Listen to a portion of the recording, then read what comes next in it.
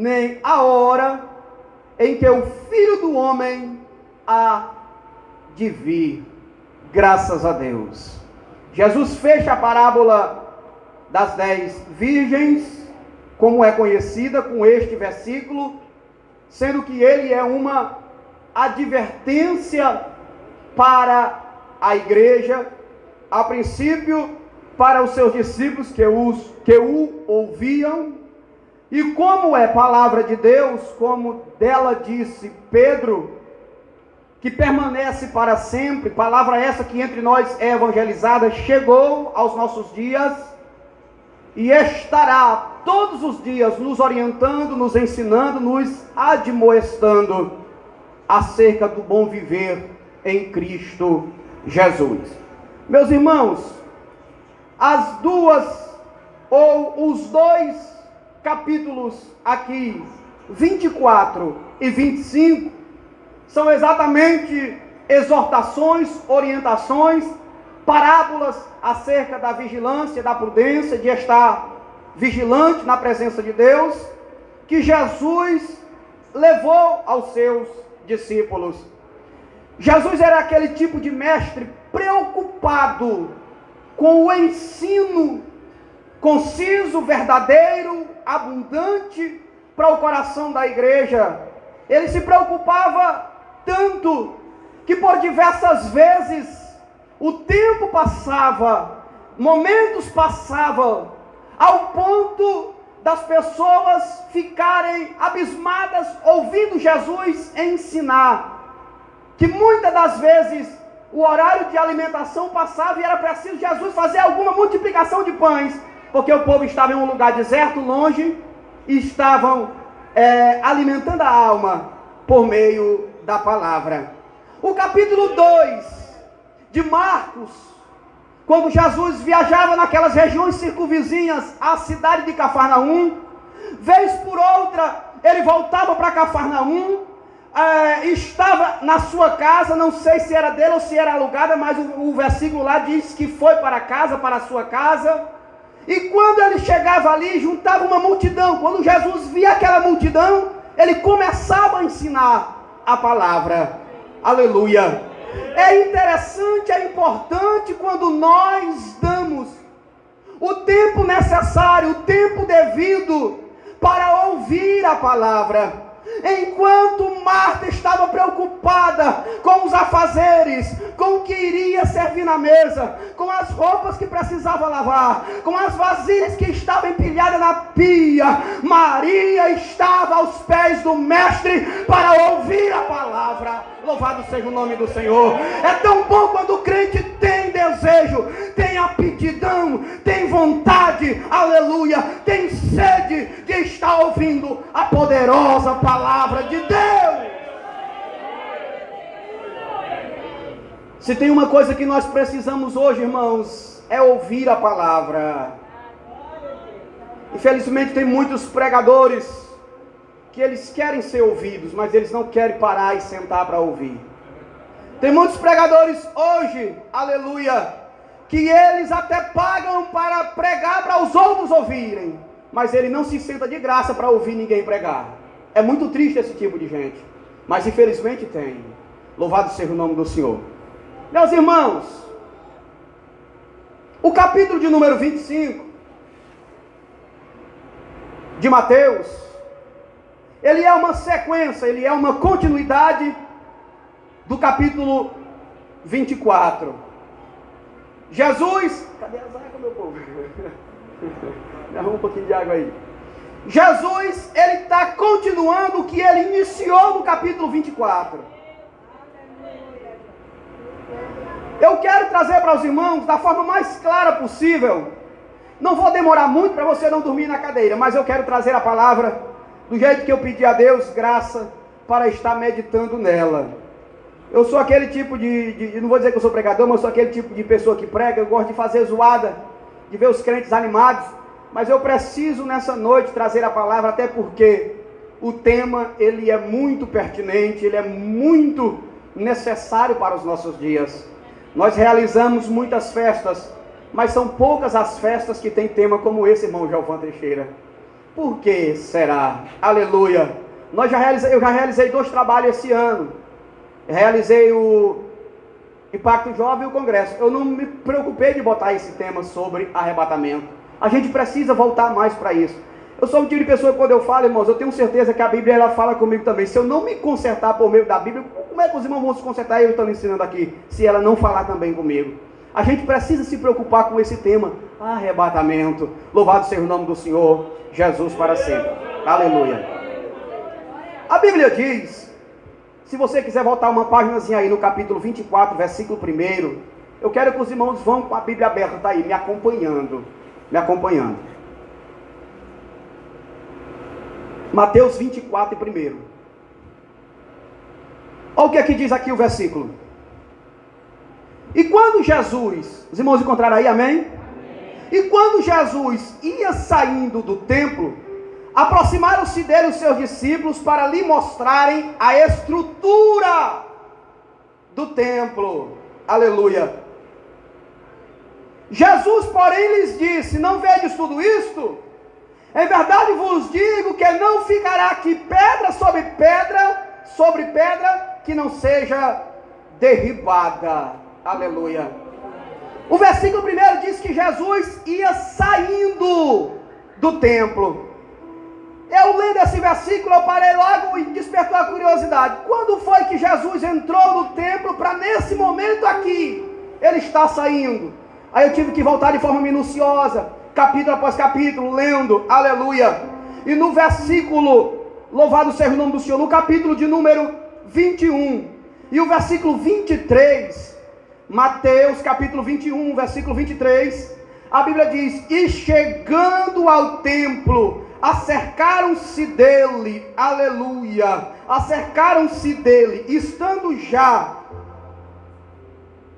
ensinando os príncipes dos sacerdotes e os anciãos do povo, dizendo: com que autoridade fazes isso? E quem te deu tal autoridade? O capítulo de número 21, como eu vos disse, citei, versículo 23, Jesus está chegando no templo. Aí daqui, desse versículo 23, passa o capítulo de número 22, o capítulo 23, Jesus ensinando, propondo, expondo algumas parábolas, ensinando e até de alguma forma censurando o comportamento dos saduceus, dos escribas, dos fariseus. E aqui o versículo 1 do capítulo já 24, como eu citei, a Bíblia diz agora que Jesus vai saindo do templo. Quando ele está saindo com os seus discípulos do templo, os discípulos se aproximam dele e mostram para ele as estruturas do templo, a sua magnitude, porque afinal de contas esse era já o segundo templo, aquele que foi feito na época de Ageu, louvado seja o nome do Senhor, aleluia. E esse aqui era o mesmo, só que ampliado por Herodes para agradar os judeus. Aí eles mostram para Jesus a estrutura, a formosura do templo. Aí Jesus olha e diz assim: olha, eu vos digo aqui uma verdade, que não ficará deste templo pedra sobre pedra, pedra sobre pedra, versículo 2 do capítulo 24, que não seja derribada. Eles ouvem essa palavra, eles ouvem essa profecia e colocam ela no coração, na mente, na alma. E a Bíblia diz que eles saíram e foram para o Monte das Oliveiras. E ao chegar, os discípulos chegaram em particular dizendo: mestre, dize-nos quando serão estas coisas, que sinal haverá da tua vinda e do fim do mundo. Eles entenderam que quando Jesus disse: olha, este templo não ficará pedra sobre pedra que não seja derrubada, eles guardaram aquilo no coração e deixaram para o momento certo eles perguntarem. Tem coisas que Deus nos faz entender quando a gente pergunta no momento certo, quando nós nos colocamos diante de Deus no tempo e no momento certo. Tem coisa que Deus diz não, tem coisa que Deus se cala, a gente precisa esperar o tempo. Uma vez Paulo estava preocupado com um grupo de pessoas que precisavam ser evangelizadas.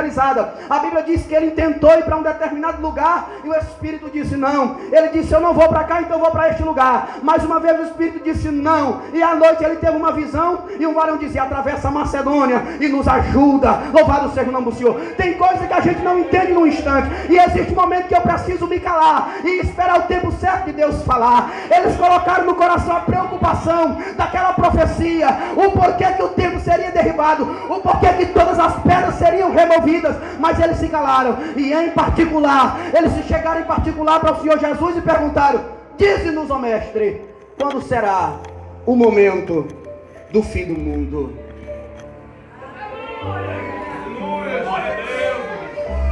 Quando será o momento em que todas as coisas serão consumadas?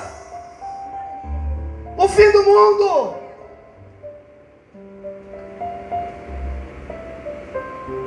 Aí Jesus, irmãos, de forma serena, tranquila, quem está com a Bíblia aberta aí, versículo de número 4 do capítulo 24, Jesus respondendo disse-lhes, foi o que Jesus disse? Acautelai-vos, que ninguém vos.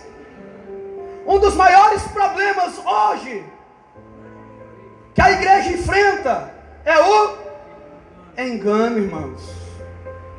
Uma das maiores dificuldades que a igreja enfrenta, não só hoje, mas no passado também, porque a preocupação de Paulo, a preocupação de Tiago, a preocupação de Judas, meu irmão de Jesus, que escreveu a carta que está coladinho em Apocalipse, eles se preocuparam em defender a igreja contra os ensinos errôneos, contra os ventos de doutrina que devastavam as igrejas, enganando o povo. Um dos maiores problemas que a igreja enfrenta hoje é o engano.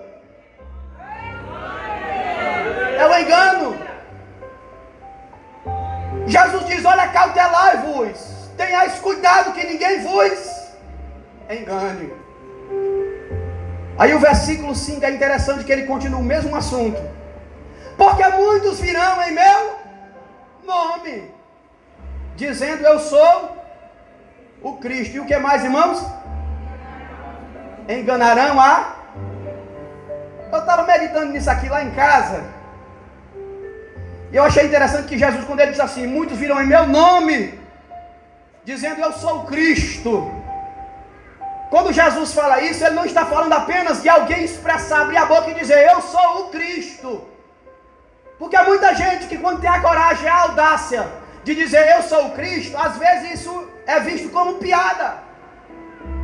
A exemplo disso, um brasileiro que diz que é o Cristo, aquele senhor vestido de roupa parecida com roupa de padre. As pessoas riem da cara daquele homem. Pois é, as pessoas riem da cara daquele homem. Só que quando Jesus diz assim, olha, muitos viram meu nome dizer eu sou o Cristo, Jesus não está falando de pessoas bestas que nem aquele não, irmãos, que serve de chacota, de piada para as pessoas. Não. Qualquer pessoa, irmão Gelvan, irmão Benedito, que se levantar e dizer eu sou o Cristo, a gente olha para a cara dele e ri. Quando Jesus diz, muitos dirão que eu sou o Cristo, não é apenas na fala, é nas suas atitudes. Pessoas que se levantam, conseguem enganar multidões, aleluia, após si, para serem adorados, para serem ovacionados, e assim eles se tornam para muita gente falsos cristos. Apenas aquela história de que os lenços de Paulo, aventais, curavam, né? Aquilo não é doutrina. Ali foi fato que aconteceu. E diga-se de passagem, biblicamente, é exclusivo. Aí o que é que muitos líderes das igrejas hoje fazem? Não, vendem. E as pessoas compram. Eu não sei se é verdade, mas sai um documentário que aquela facãozada que deram no pescoço do Valdomiro Santiago foi forjada. O sangue, os tecidos que enxugaram o sangue do pescoço do Valdomiro Santiago era para quê? Cortaram aqueles panos e venderam. Falsos cristos. Não adianta alguém dizer, ir para a televisão dizer eu sou o Cristo, ninguém vai acompanhar. Eles dizem que são o Cristo na prática, nas suas atitudes, onde a Bíblia diz pastores de si mesmo, que minam a fé das pessoas, roubam. Jesus está falando desse tipo de gente, irmãos. Constroem impérios explorando a fé das pessoas. O Henrique Cristo não é nadinha, não é ninguém. Ele é apenas um sem noção aí que diz que é o Cristo, Filho de Deus. Os falsos cristos são realmente outras pessoas. Aleluia. Aí Jesus diz, olha, eles enganarão a muitos. Quem é que vê nessas igrejas neopentecostais a pregação de transformação de vida, de salvação? Quem é que vê, irmão? Ninguém vê. Nós vivemos uma época difícil, uma época de mentiras, uma época de fé forjada, uma época de falsos cristos. E Jesus disse, acautelai-vos que ninguém vos engane. Surgirão falsos cristos, enganarão a muitos. São esses 3 versículos que Jesus fala de forma enfática do engano. O 4, o 5 e também o 11. Quando ele diz, e surgirão muitos falsos profetas e enganarão a muitos. Esses falsos profetas, irmão, não é pessoas que se levantam apenas e profetizam alguma palavra profética pelo dom do Espírito. Porque tem gente que o Espírito usa, mas tem gente que quer usar o Espírito de Deus. E se apropriam da expressão assim diz o Senhor, quando muitas das vezes Deus não está falando, e isso é algo perigoso. Mas esses falsos profetas que Jesus está falando aqui são pessoas que arrastam multidões, enganando, ludibriando.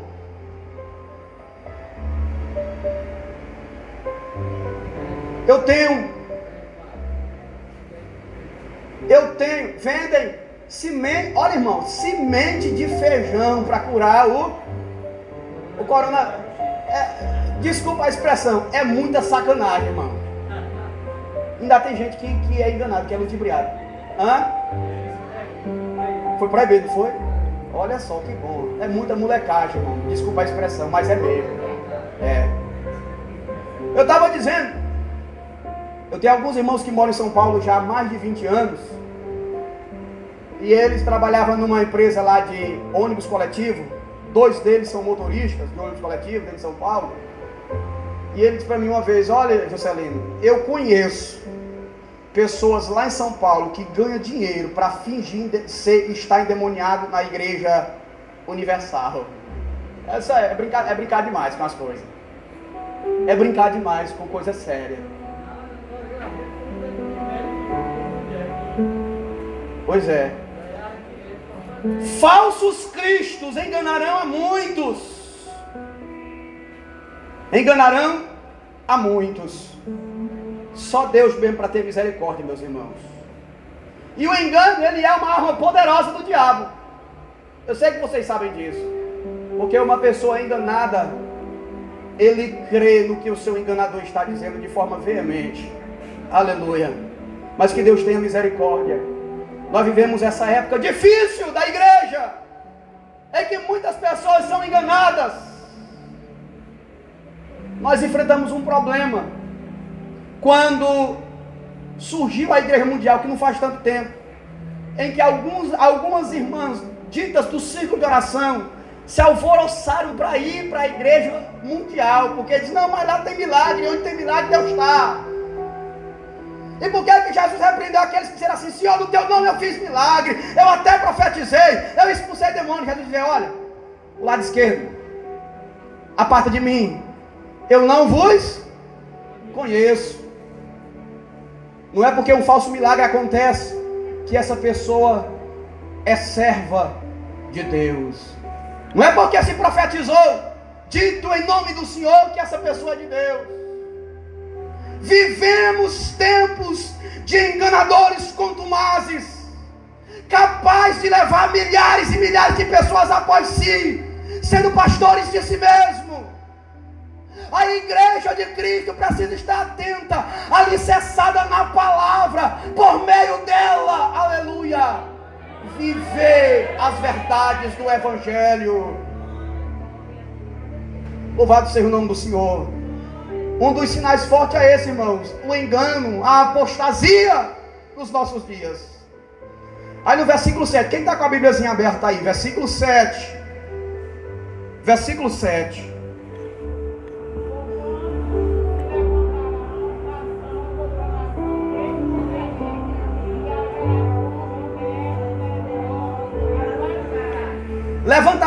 nação contra reino contra reino. Dois fatores aí, e é o mesmo sinal. Nação contra nação, reino contra reino. Isso é evidente, não é, irmão Benedito? Irmãos, já faz muito e muito tempo que os homens, as nações guerreiam por as riquezas naturais. Já faz muito e muito tempo que guerras acontecem, nação contra nação. Uma vez, quando, assim que Donald Trump assumiu a presidência dos Estados Unidos, onde o ditador da Coreia do Norte sempre estava ameaçando Barack Obama, que era o presidente antecessor a Donald Trump, dizendo que ia mandar um míssil para destruir os Estados Unidos e fazer aqueles testes balísticos, lançando aqueles grandes mísseis que caíam no mar e ameaçando. Quando Donald Trump assumiu, disse: se ele quiser guerra, ele vai ter guerra. Por pouco, e uma vez ele disse, por meio do porta-voz: a Coreia do Norte se cuide, porque se eles intentarem alguma coisa contra os Estados Unidos ou contra qualquer uma outra nação, o poder bélico dos Estados Unidos pode dizimar por completo o país da Coreia do Norte. Quando eu me lembro, debaixo do sangue de Jesus eu digo isso, quando eu vi essa notícia uma vez em um culto que eu estava pregando, lá onde nós morávamos, eu pedi para a igreja, para nós orarmos a favor, aleluia, não só da Coreia do Norte, mas dos Estados Unidos, porque a quantidade de pessoas na Coreia do Norte, aleluia, que não tem possibilidade nem chance de ouvir o Evangelho. Quantas pessoas poderiam ser mortas se uma guerra fosse desencadeada, aleluia, e nós temos a tarefa de orar pelo menos, porque até então aquele país não é aberto para o Evangelho, de orar para que Deus tenha misericórdia de nações como, aleluia, a Coreia do Norte, nações que são dominadas, outras nações que são dominadas pelo islamismo, como a Turquia, como a Somália, como a Nigéria. Nós precisamos pedir a misericórdia de Deus. Louvado seja o nome do Senhor, aleluia, porque há muitos rumores de guerras, de nações e de reinos, como muitas outras guerras que já aconteceram e vem acontecendo. Aí Jesus falou também que haveria o que mais, irmãos? Fomes, pestes, terremotos em vários lugares. Uma pesquisa há alguns anos atrás revelou que a cada 10 dias, não sei como está hoje, não é uma atual, ela já faz algum tempo, cerca de 40 mil crianças de colo, de 10 em 10 dias, cerca de 40 mil crianças morriam na África, desnutrida por falta de alimento. E há estimativas de que em 2050, isso aqui não é para tocar terror em ninguém, mas é estimativas que se fazem, haverá uma falta de alimento para uma terça parte da população mundial. E a população mundial ela vem crescendo, irmãos, de forma assustadora. Próximo dos anos 2000, depois dos anos 2000, a população era cerca de 6 bilhões. Hoje já passa dos 7 bilhões. Aí a Bíblia diz que haverá, Jesus diz que haverá fome, e haverá fome. Já há fome. Fome já mata todos os dias, mas haverá mais ainda.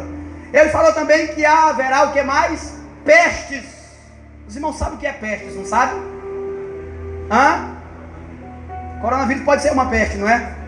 O que mais? Doenças. Doenças incuráveis. É uma coisa demais. Em 94, eu tinha 8 anos de idade. Eu me lembro quando surgiu a síndrome da imunodeficiência adquirida. Me parece que foi em 94, foi um alarme no Brasil, quando ela chegou, uma doença incurável. Ainda hoje ela é incurável, a AIDS. Doenças incuráveis surgem dia após dia. Pandemia como essa agora, em que o mundo parou, em que economias quebraram, países pararam, pestes das quais Jesus falou. Eu me lembro de uma coisa interessante, quando Jesus estava no Getsemane, que ele estava orando de forma intensa, e com ele estavam aqueles três que ele era mais chegado, Pedro, Tiago e João. Eles estavam, Jesus chamando eles para orar, e eles estavam com os olhos pesados de sono. Diante deles estava uma necessidade urgente de orar, e o próprio Jesus chamando-os para orar, e eles não conseguiam porque estavam com sono. Eu vejo essa situação acontecendo com muitos de nós hoje. As verdades estão nuas e patentes diante dos nossos olhos, e parece que nós estamos como alguém que está dormindo, aleluia, com essas verdades. Jesus também falou de terremotos. Irmão, agora uma coisa é verdade: desde que o mundo é mundo, sempre aconteceu terremoto. Por que Jesus falou que esse terremoto seria sinal? Desde que o mundo é mundo tem terremotos. É interessante uma coisa. Paulo, quando escreve aos Romanos, capítulo de número 8, ele trata de algum assunto ali sobre a questão da natureza ser redimida. E no versículo 22 ele fala que a criação está como alguém ou uma mulher que está em dores de parto. As irmãs que já tiveram filhos normais sabem, aleluia, que quando se é para dar à luz, vem as contrações. Ela vem e passa, demora um tempo, ela vem novamente.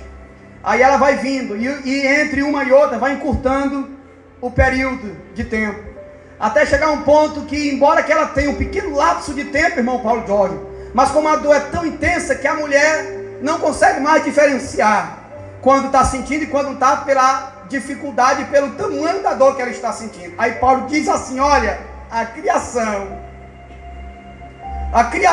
geme como uma mulher que está em dores de parto, aleluia, prestes a dar à luz. O que eu quero dizer com isso? Em 1980 foi feita uma pesquisa acerca dos terremotos. E aquela análise chegou à conclusão que no século XV, durante todo o século, 100 anos, tinha acontecido apenas 115 terremotos, cerca de um por ano. E já no século XVIII já tinha acontecido 640. Século XIX, 2119 terremotos ao redor do mundo. A cada tempo que se passa vai intensificando. Parece encaixar com o que Paulo diz, essas dores que a criação está vivendo, sofrendo, aleluia. Aí Jesus diz: terremoto também será um sinal. Glória a Deus. Terremoto também seria e é um sinal. Mas nós temos também outro sinal. Versículo de número 32. Quem está aí com a Bíblia aberta? Versículo 32. Olha o que Jesus diz: aprendei, pois, esta parábola da figueira. Quando já os seus ramos se tornam tenros e brotam folhas, sabei que está próximo o verão. Era um sinal em uma figueira. Só que alguns pesquisadores entendem que há uma aplicação aqui para o povo de Israel como figueira plantada por Deus. E Jesus quando diz, aprender a palavra da figueira, ele está falando não simplesmente da figueira, mas do próprio Israel como relógio de Deus. Por que Jesus está dizendo isso? Existia um período em que a figueira, Alguém olhava para ela e dizia: ela está morta, ela está seca. Mas chegava um determinado período que ela começava a produzir abrolhos e depois folhagem, e com o tempo, fruto. Um período da história dos anos 70 depois de Cristo até 1948, a figueira plantada por Deus estava de galhos secos. Israel não existia como nação nessa época. Israel não era vista como uma nação, não tinha o seu nome, aleluia, como nação no mapa do mundo, na agenda da ONU. Mas foi em 1940 que até a participação e a votação de um brasileiro trouxe à existência novamente o Estado de Israel. E daí para cá, a tarefa dos governantes de Israel é chamando o povo, os judeus espalhados por todo o mundo, para regressarem para a sua terra. E isso é um prenúncio que a figueira está produzindo abrolhos e folhas. Um dos grandes discursos do então primeiro-ministro de Israel hoje, Benjamin Netanyahu, não sei se ele ainda é o primeiro-ministro, Benjamin Netanyahu, ele disse: olha, o que nós mais queremos é que o nosso povo retorne para as suas terras. Em 2006 eu li no Mensageiro da Paz um documentário, uma reportagem dizendo que todos os itens, todo o material do novo templo já está preparado, só esperando o momento certo para ser construído. O altar do sacrifício está no jeito, a bacia do lavatório está no jeito, a mesa dos pães da proposição está no jeito, o candelabro está no jeito. Cerca de 3 milhões de dólares foram gastos em ouro maciço para fazer o candelabro, que é o castiçal. A mesa, aleluia, do incensário já está no jeito. A réplica de uma nova arca pronta para quando o novo templo ser levantado. Quando é que esse novo templo vai ser levantado, irmãos? Eu não sei se vai ser nesse período da igreja ainda na terra, mas de que ele vai ser levantado antes dos 3 anos e meio da grande tribulação, sim, ele vai. Porque é no meio desses 3 anos e meio que o anticristo vai querer se sentar no trono em Jerusalém para ser adorado. E já está todo... Todo mundo está entendendo isso aqui, amém? Todo o material está preparado. A figueira está produzindo fruto, irmão. A figueira está produzindo fruto. Hã? É, né? Muito bem. Irmãos, atentemos para essas verdades. Que tudo está dizendo que Jesus brevemente voltará. Cuidado para nós não estarmos perto de Jesus como Tiago, Pedro e João, mas estar sonolentos. Cuidado! Isso vale para todos nós. Vale para todos nós. Louvado seja o nome do Senhor. Eu já estou concluindo. É para nós. A Bíblia, ela fala conosco. Glória. O versículo 38, Jesus diz assim, olha: portanto, assim como nos dias anteriores ao dilúvio, comiam, bebiam, casavam e davam-se em casamento, até o dia em que Noé entrou na arca e não perceberam, até que veio o dilúvio e levou a todos, assim será também na vida do Filho. O que é que as pessoas faziam no tempo de Noé? Comiam, bebiam, casavam, davam-se em... O que era que eles estavam querendo dizer? Nós não estamos nem aí para esse negócio de arca. É certo que muita gente ajudava Noé na construção, mas compromisso para ir para o céu não. Compromisso para se livrar das águas do dilúvio? Não. Podemos ajudar? Podemos. Estavam preocupados com aquilo que lhe dava prazer.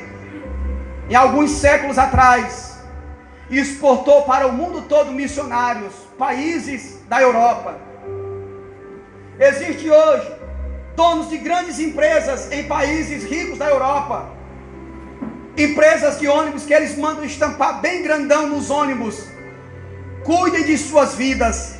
Deixem de se preocupar com Deus. Olha só, irmãos. A Europa virou as costas para o Evangelho, para Deus. Os Estados Unidos viveram tempos de glórias na presença de Deus. Hoje, os Estados Unidos estão padecendo por ter virado as costas para Deus. Houve um tempo que Deus voltou também o seu olhar para o Brasil. E teve um tempo que o Brasil exportou muitos e muitos missionários para levar a preciosa semente. Mas parece que a igreja brasileira hoje está se retraindo. E nós precisamos levantar. Nós precisamos atentar para o que a Bíblia diz. Jesus disse, olha, o povo estava acomodado no tempo de Noé. Eles estavam preocupados com o que comer, estavam preocupados com o que beber, estavam preocupados em casar, em dar-se em casamento, até o dia que Noé entrou na arca. Veio o dilúvio e consumiu todos. Só que Mateus, não sei porquê, ele não continua o que Lucas continuou dizendo.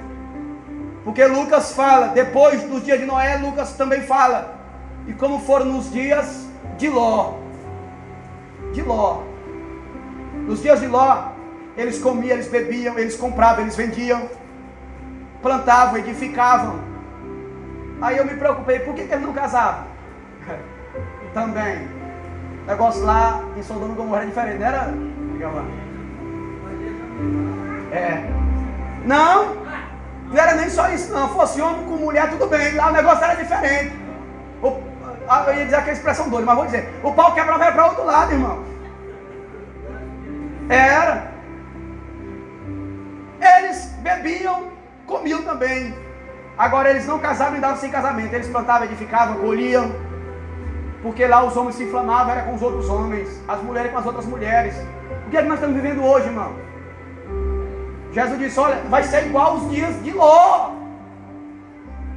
Uma onda de homossexualismo tem tomado conta de muitos dos nossos jovens, aleluia. E parece que os governantes, usados pelo diabo, faz de tudo para inflamar as pessoas a esses desejos carnais que os levarão para o inferno. Existem deputados federais eleitos por voto de alguém, só pode ser influenciado pelo diabo, que eles tramam, eles projetam leis para casar homem com homem, mulher com mulher, e agora para casar pai com a filha, filho com, quer saber o nome dele? Orlando da Silva, se eu não estou enganado, do PCdoB.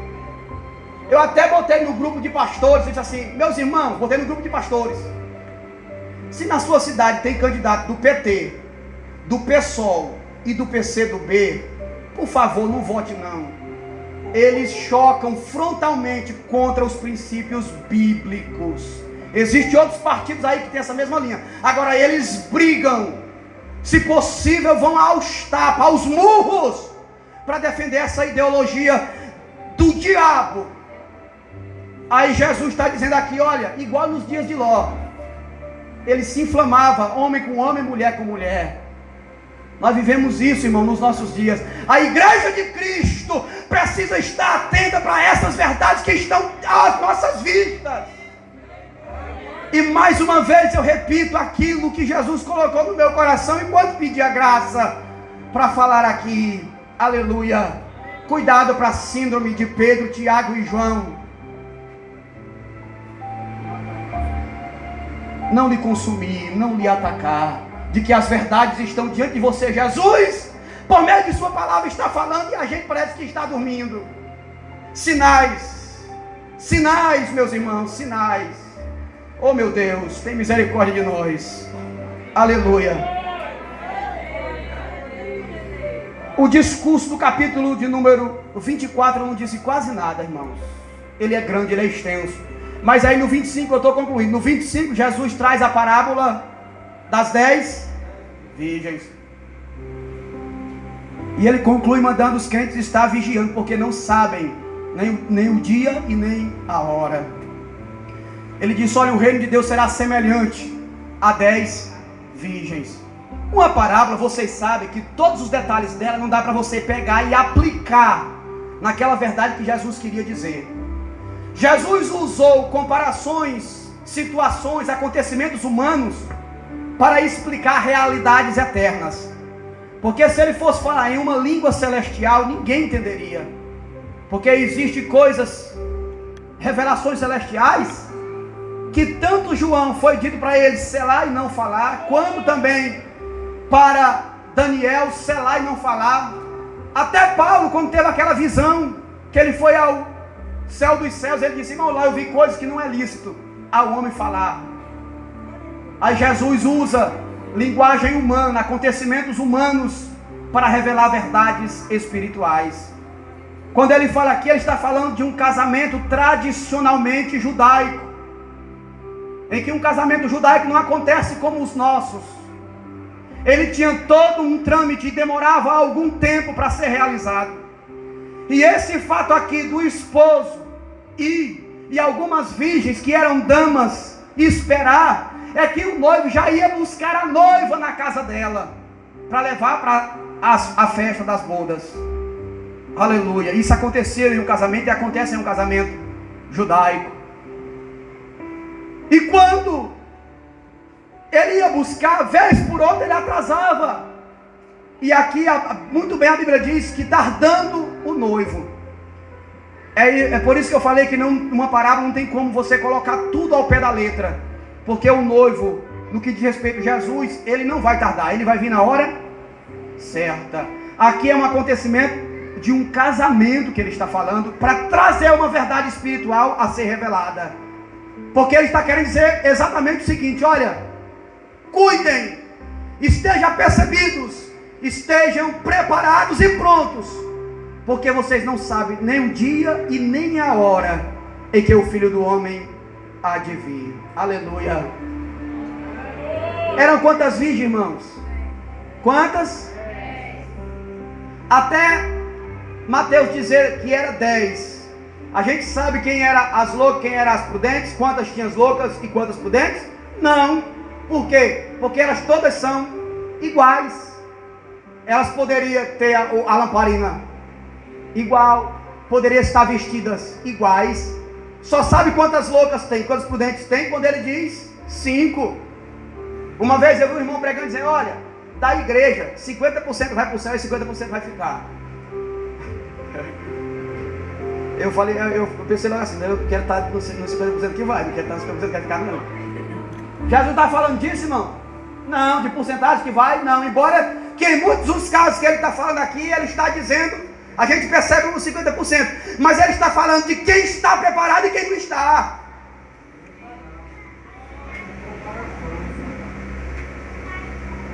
Tanto é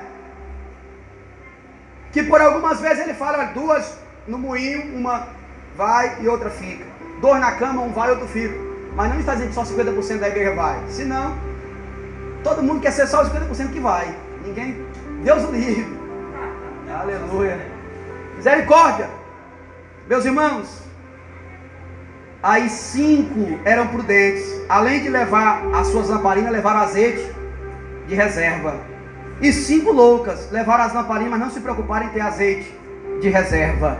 O que aconteceu? O noivo tardou, elas dormiram, e quando ouviu-se o clamor, dizendo: olha, o noivo está chegando, se preparem para adentrar com ele as bodas. Levantaram, e aquelas que não levaram azeite, as lamparinas estavam apagando, e elas pediram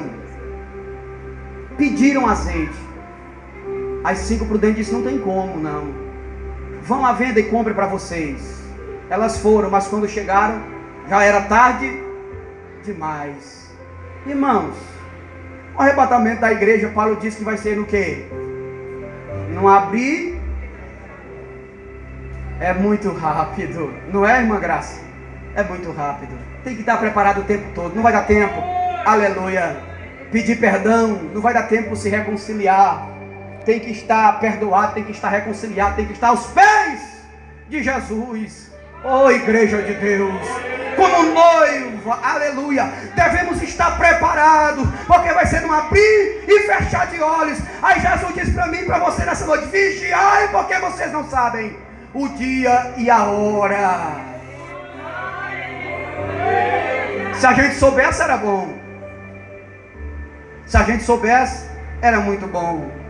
O que tem de pessoas que têm a oportunidade de aceitar Jesus na última hora da vida, mas nem todo mundo tem essa sorte. Eu me lembro que em 2012, eu estou concluindo já, isso é a minha última palavra. Em 2012, nós ia indo para Buriticupu, de onde nós morávamos, Buriticupu, 56 quilômetros. Quando em determinado ponto Deus falou dentro do meu coração, Ele me disse assim, Ele disse que eu precisava orar por alguém antes que essa pessoa morresse. E eu fiquei com aquilo no coração e pensando, e aquilo muito forte dentro de mim. Porque tem gente que ouve Deus falar aqui no ouvido, eu não ouço, eu sinto. Eu já senti algumas vezes Deus falar comigo, Giovanni. E eu senti naquilo dentro de mim, parece que aquele negócio vai assim, trouxendo a gente por dentro. Aí eu precisando orar por alguém antes que essa pessoa morra, precisando orar por alguém antes que essa pessoa morra. Em determinado ponto da viagem, o camarada de moto tinha saído de uma vicinal e peitado na traseira de um carro, dois. Quando nós chegamos lá, a viatura da polícia estava lá, a ambulância do SAMU já estava lá, um senhor deitado em uma maca, todo imobilizado lá, já no chão, e eles atendendo um outro dentro do carro, que parecia, não falava coisa com coisa, parecia que estava embriagado. E eu perguntei assim, tinha um rapaz até filmando, eu me abaixei, perguntei para algumas pessoas, ele está consciente? Aí eu disse, eu não sei, eu fui me ajoelhei perto dele, peguei na mão dele e disse, o senhor está me ouvindo? Aperte minha mão. Ele apertou minha mão. Eu falei para ele, olha, eu sou crente, eu quero orar pelo senhor, aceitando Jesus como Salvador. O senhor quer, se o senhor quer, aperta minha mão. Ele pegou minha mão e ficou assim, apertando igual um coração quando está pulsando. Eu botei minha mão em cima do peito dele e orei por ele, disse, Deus, esse homem aceita o teu filho como Salvador, perdoa os pecados dele, escreve o nome dele no livro da vida e dará a ele a oportunidade de salvação.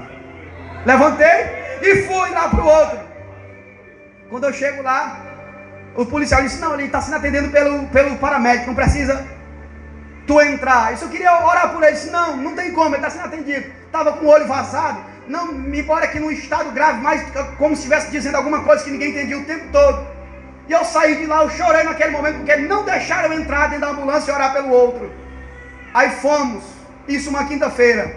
Quando foi na sexta-feira do outro dia, o meu irmão, que era o dono e o motorista do carro, que nós íamos para Buriticupu, disse assim para mim, Celino, aquele homem que parecia estar pior, que estava com o olho vazado, estava sendo atendido, ele ainda está vivo. O outro que tu orou por ele, que parecia estar melhor, nós recebemos a notícia que ele morreu. Tem pessoas que têm a oportunidade, irmão Josué, de aceitar Jesus no último instante da vida. Aí o que é que Jesus quer de mim e de você? Que sejamos instrumentos para Ele usar no tempo e na hora certa. Jeová.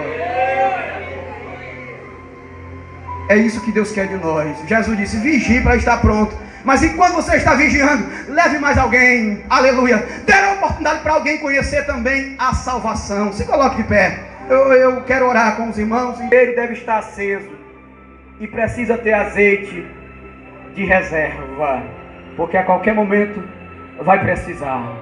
Levante sua mão para o céu. Deus, eu quero nessa noite orar, falar contigo mais uma vez.